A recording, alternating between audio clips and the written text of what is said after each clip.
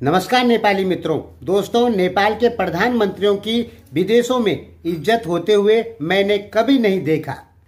हाँ, फॉर्मेलिटी पूरी करने वाली बात अलग है, लेकिन जोर शोर से स्वागत मैंने कभी नहीं देखा। तो आपको बताएंगे क्यों इज्जत नहीं होती है नेपाल के प्रधानमंत्रियों की, जैसे मोदी की होती है, जैसे सी जिनपिंग की होती है, जैसे बाइडेन की होती है या पुतिन की होती, वैसी इज्जत क्यों नहीं हो पाती है नेपाली प्रधानमंत्रियों की। सबसे पहले तो ये जान लीजिए कि नेपाल का जो प्रतिनिधि मंडल आरजू राणा ओली जी अमेरिका में गए हैं, वहां पर एक कार्यक्रम को उन्होंने संबोधित करना था। वो कार्यक्रम रखा था नेपाली समाज ने और उस कार्यक्रम में जाना था ओली जी को, लेकिन ओली जी ने वो कार्यक्रम स्वयं रद्द कर दिया। वहां पूरी तैयारियां हो चुकी थी कि अब नेपाली प्रधानमंत्री यहां जाएंगे, आरजू राणा वहां जाएंगी, लेकिन ओली जी ने वो कार्यक्रम रद्द कर दिया। नेपाल के प्रधानमंत्री कहीं भी जाते हैं, उनकी इज्जत देखने को नहीं मिलती है। इसका क्या कारण है? और तो छोड़िए, नेपाली कांग्रेस शेर बहादुर देउबा, उनका भी ज्यादा सम्मान देखने को नहीं मिलता है जब वो विदेशों में जाते हैं। इसका कारण है किसी देश की जीडीपी। दुनिया को केवल पैसे से मतलब है।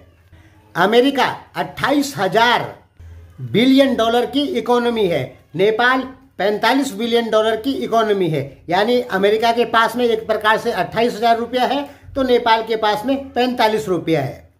इसलिए स्वाभाविक है कि पैसे वाले देश गरीब देशों का सम्मान नहीं करते। अब मोदी का सम्मान इतना क्यों होता है? उसका मुख्य कारण है भारत एक बहुत बड़ी मार्केट है, 145 करोड़ लोगों की मार्केट, और भारत की पीपीपी यानी परचेजिंग पावर जो है वो वर्ल्ड में तीसरे नंबर पर है। यानी भारत सामान खरीदने में वर्ल्ड में तीसरे नंबर पे आता है। इस कारण चाहे कोई देश भारत से कितना भी नफरत करे, लेकिन उसे भारत का सम्मान करना ही पड़ेगा। दुनिया में ट्रिलियन डॉलर का सामान बिकता है, जिसमें भारत की हिस्सेदारी 16 ट्रिलियन डॉलर है सामान खरीदने की इस समय 2024 में। इसलिए भारत से चाहे कोई कितना भी नफरत क्यों न कर ले, लेकिन भारत की बात माननी पड़ जाती है या दिखाने के लिए भारत का सम्मान करना पड़ता है। नेपाल की इकोनॉमी कम है, अगर नेपाल की इकोनॉमी बढ़ जाएगी, नेपाल की परचेजिंग पावर बढ़ जाएगी, तो नेपाल का भी दुनिया में सम्मान होने लग जाएगा। इस समय नेपाल की परचेजिंग पावर है 160 बिलियन डॉलर। देख लीजिए दुबई, यूएई, इनकी परचेजिंग पावर ज़्यादा है, इकोनॉमी ज़्यादा है, इसलिए इन देशों का सम्मान हो जाता है। तो नेपाल को क्या चाहिए? अपनी जीडीपी बढ़ानी पड़ेगी, परचेजिंग पावर बढ़ानी पड़ेगी, तब दुनिया में सम्मान होगा। और ये तो आप जानते हैं, गांव घर में आप देखते ही हैं कि जिस आदमी के पास पैसा नहीं होता है उसका सम्मान नहीं होता, चाहे वो भारत में हो, चाहे अमेरिका में हो और चाहे नेपाल में हो। तो ये दुनिया भी ऐसे ही है। कहने का मतलब है कि नेपाल को यदि दुनिया में सम्मान चाहिए तो अपनी इकोनॉमी बढ़ानी होगी, अपने उद्योग धंधे बढ़ाने होंगे, दुनिया को कुछ बेचना होगा, ताकि दुनिया को लगे कि हाँ, नेपाल भी विश्व अर्थव्यवस्था में एक बड़ा योगदान रखता है। अब आगे बात करते हैं। मोदी और ओली के बीच में न्यूयॉर्क एक होटल में आधा घंटे मीटिंग होती है। इस मीटिंग को दोनों देशों के प्रधानमंत्री यानी मोदी और ओली ने बहुत ही अच्छा बताया, और इस मीटिंग में ऊर्जा, टेक्नोलॉजी और भारत नेपाल व्यापार, इन 3 चीजों की बात हुई। ओली जी ने सोशल मीडिया पर एक्स में पोस्ट किया कि मोदी के साथ उनकी जो मीटिंग हुई वो बहुत फलदायी हुई, यानी अच्छी हुई। इस मीटिंग में ओली जी ने प्रधानमंत्री मोदी को नेपाल आने का निमंत्रण भी दिया है। दोस्तों, आप तो जानते हैं कि ओली भारत विरोध के लिए प्रसिद्ध हैं।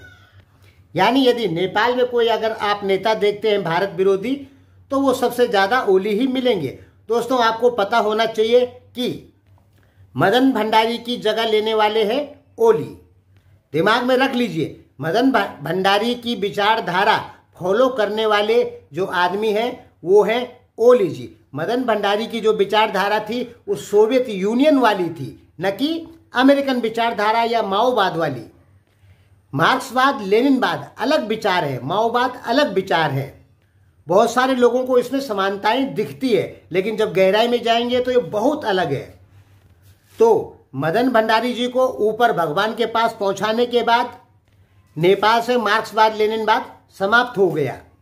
अब भले ही ओली जी एमआलए मार्क्सवाद लेनिनवाद वाली पार्टी जरूर रखते हो, लेकिन वो बोलने के लिए मार्क्सवाद लेनिनवाद है कुछ नहीं, है केवल वो हिंदू विरोधी पार्टी। नेपाल की मार्क्सवाद लेनिनवाद जो पार्टी है वो हिंदू विरोधी है। ओली जी जो हैं वो भी हिंदू विरोधी हैं।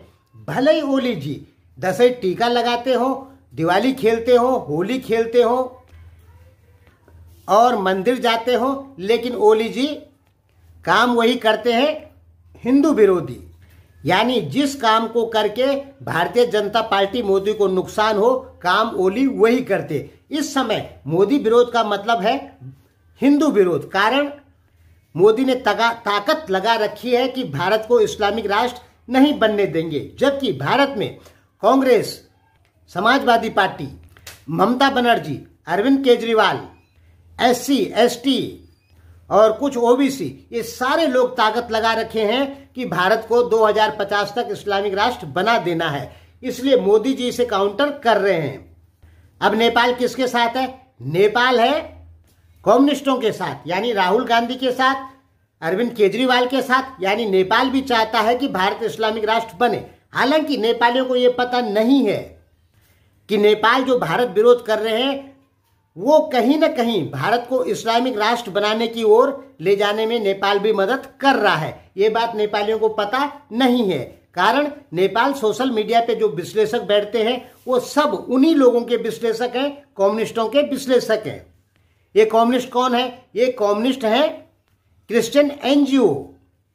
यानी साफ क्लियर है, नेपाल क्रिश्चियन NGOs के प्रभाव में आ चुका है। और चाइना का प्रभाव तो है ही है, लेकिन चाइना को जात धर्म से कोई लेना देना नहीं। दोस्तों टॉपिक बड़ा हो गया, बात क्वाड की करनी थी हमें। भारतीय कांग्रेस ने काफी ताकत लगाई नेपाल को लोकतांत्रिक देश बनाने की, और नेपाल लोकतांत्रिक देश बना भी। मोदी जी ने काफी विरोध किया। मोदी जी चाहते थे कि नेपाल हिंदू राष्ट्र ही बना रहे, लेकिन उस समय मोदी जी के पास कोई पावर नहीं थी जब नेपाल हिंदू राष्ट्र का दर्जा नेपाल का समाप्त किया गया। अब नेपालियों को मोदी जी से नफरत क्यों है? इसका मुख्य कारण है कि नेपाल के जो लोग हैं वो उनकी विचारधारा वही हो चुकी है जो क्रिश्चियन NGOs ने उनके दिमाग में भर दिया है उसमें, यानी एक प्रकार का ब्रेन वॉश। इसलिए नेपालियों को लगता है कि मोदी उनका दुश्मन है। इसका मुख्य कारण नेपालियों का ब्रेन वॉश।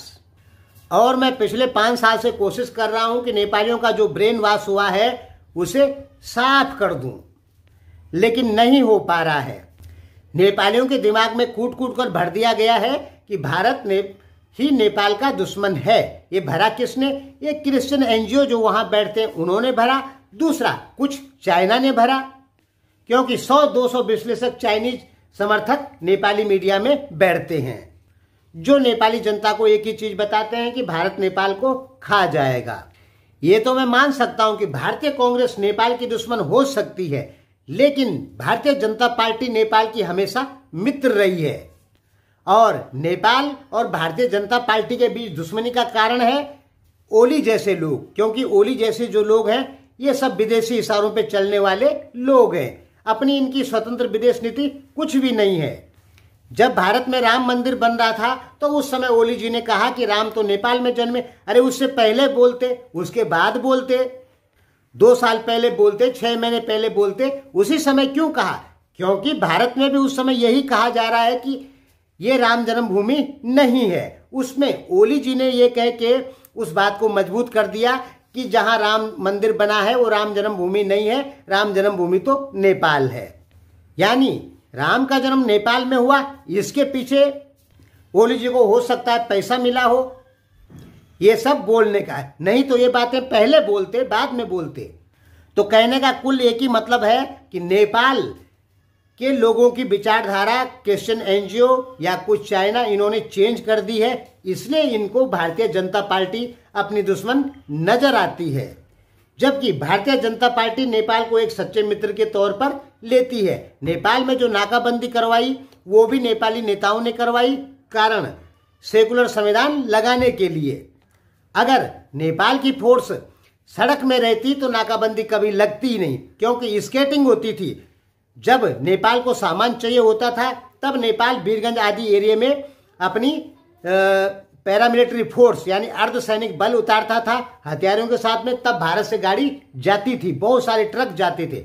अगर नेपाल 1 महीने के लिए अपनी सेना रख देता सड़कों पर प्लेन एरिया में तो कभी भी नेपाल में नाकाबंदी नहीं लगती। यानी नेपाल ने जानबूझ के नाकाबंदी लगाई और नेपाली जनता को बता दिया कि भारत ने लगाई।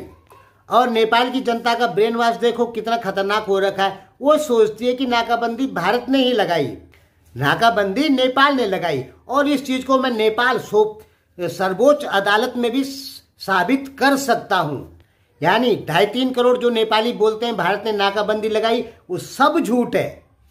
नाकाबंदी होती तो सामान जाता ही नहीं नेपाल, सामान तो जा रहा था। कैसे जा रहा था? नेपाल की पुलिस सड़क में आती थी तब भारत की गाड़ियां जाती थी। अगर नेपाल की पुलिस सड़क में लगातार रहती तो लगातार भारत की गाड़ियां जाती रहती। ये बात कभी नेपालियों ने गहराई से नहीं सोची। अगर गहराई से सोचते तो नेपालियों को पता लगता कि भारत ने कभी नाकाबंदी लगाई ही नहीं थी। धन्यवाद।